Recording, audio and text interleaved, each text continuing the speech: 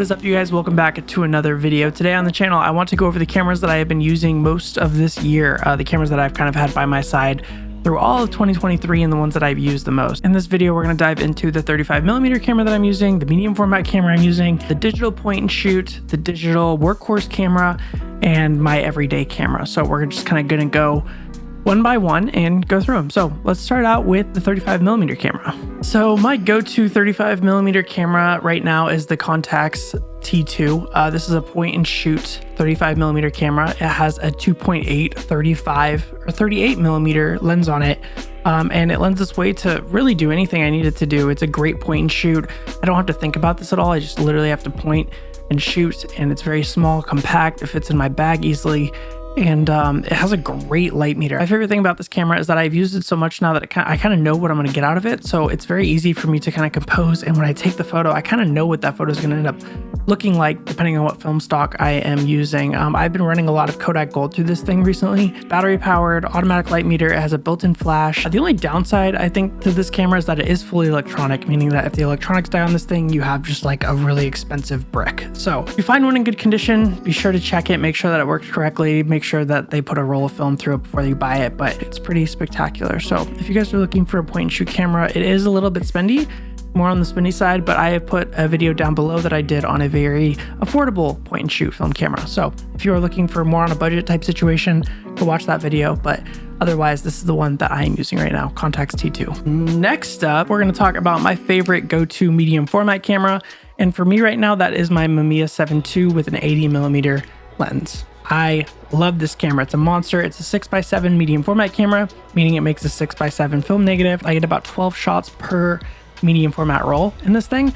So that's really good. And it's a lot of people compare this to kind of like being the Leica of medium format. It is a rangefinder, meaning that you have a patch that you look through, and in that patch you have to match up two overlapping images and then take a photo. And that is very similar to the Leica series or any other rangefinder that you will find. But this is my favorite medium format camera I've ever used. The images that I get out of this thing are spectacular. This lens is so sharp, and I don't know what it does, but the light meter reads light so well, and the rendering of the image on film is like this. Sometimes I look at this and I think this takes sharper images than almost any digital camera that I use today. It is pretty expensive, and again, it is full of electronics. So both the film cameras that I'm running around with today are electronical, meaning if they break, again, it's probably just going to become an expensive paperweight. It's really hard to find people to service these cameras, and when you do get them serviced, it takes forever to get them back. But with that being said, I would not want to be using any other medium format camera.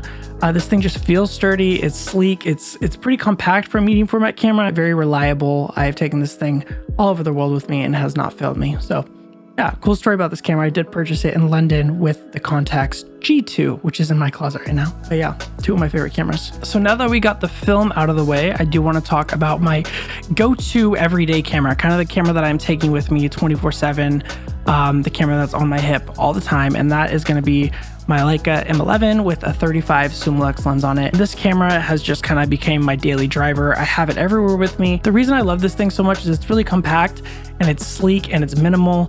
And I think when I'm out using this thing, people don't get like freaked out by it like they do when I'm using like a professional level camera or like a big SLR. This rangefinder is just really small, sleek, and the image quality is second to none. I've done a couple videos now on the Leica M11 and why I love this thing so much. This is not like a workhorse camera, I will say. This is more of like your daily driver, the camera that you want to take with you to kind of like document your life and the world that you see through your lens. So yeah, I mean, there's a bunch of other videos about this thing. I'm not going to get super into the techie, nerdy part of this. Something that I really like about the Leica M11 is that you can actually put old vintage camera lenses on here. So like old in-mount lenses from way back in the day still go on these cameras. So you can interchange your Leica film cameras with your Leica digital cameras, and it's just a whole system that works simultaneously. And there's not another system out there like Leica that does that. So I really love this thing. Again, if you guys are looking to get a Leica, this is very overpriced for what it is. But again, I have been doing photography my whole life and I have wanted this camera for a long time. So I treated myself to it. It's with me everywhere I go. Definitely getting its usage that it needs to be getting. So Leica M11, great camera. So unfortunately, the other digital camera that I wanted to show you guys is recording right now. My daily workhorse camera is a Sony A1. This is the camera that I am essentially doing all these YouTube videos with. I am doing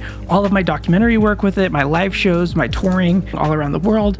I'm not worried about it bumping into stuff, hitting things, and it does everything I need it to do. It shoots 8K video, 4K video, slow motion, high shutter rate for being able to capture those in-between moments and precise moments that you really need to get while you're doing live events or out and about on a professional work setting. And yeah, it's a monster of a camera. I've had this camera for about 3 years now, 3-4 years, and it has not ever let me down. Everything I've ever needed it to do, from video to photo to just getting the job done, it definitely has done. And that's why I'm such a huge fan of the Sony product line for all of my professional work. That's all I use, and I rely fully on Sony to do all of my professional work. With that being said, it is pretty heavy and it's pretty big, but you're gonna get that with any mirrorless body camera nowadays. And to be fair, it is a lot lighter than most cameras similar to it that do kind of the same thing. So you're getting a lot of technology in the Sony A1 and a lot of different ways to use the camera. And yeah, I love it. I've had it forever, and I definitely see myself either upgrading to the next, maybe the Sony A2 or something like that. But yeah, the Sony A1, I need to do a full dedicated video to that. But yeah, Sony A1. And the other camera that I wanted to talk about is a camera that I actually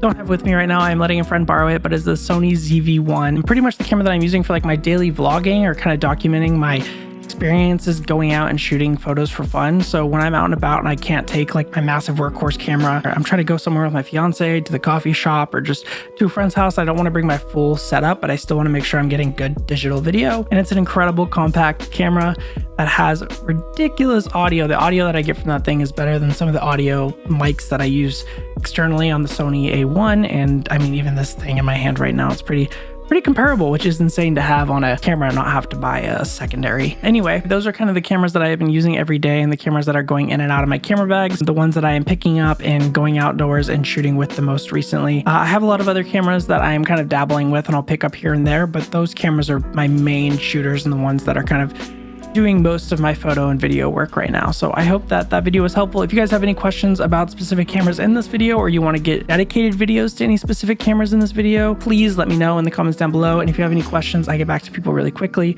Don't forget to like, comment, subscribe. It helps the channel out tremendously, and we are growing on this channel, which is really exciting. Thank you guys so much for watching, and I will see you in the next video. Bye.